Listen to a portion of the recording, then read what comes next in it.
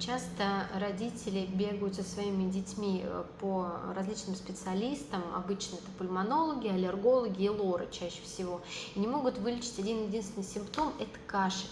Кроме того, они жалуются, что у них постоянно какие-то отиты, тонзиллиты, постоянные бронхолегочные какие-то заболевания, лечение пульмонолога, лора не приносит длительного какого-то хорошего эффекта.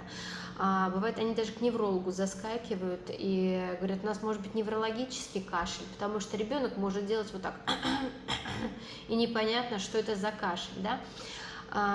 Но при этом он не чувствует ни изжоги, никаких отрыжек, даже живот не болит. Тем не менее, к гастроэнтерологу обратиться нужно, потому что все эти жалобы, да, которые я перечислила, могут указывать на такое заболевание, как гастроэзофагеальный рефлюкс. И у детей он, к сожалению, тоже есть.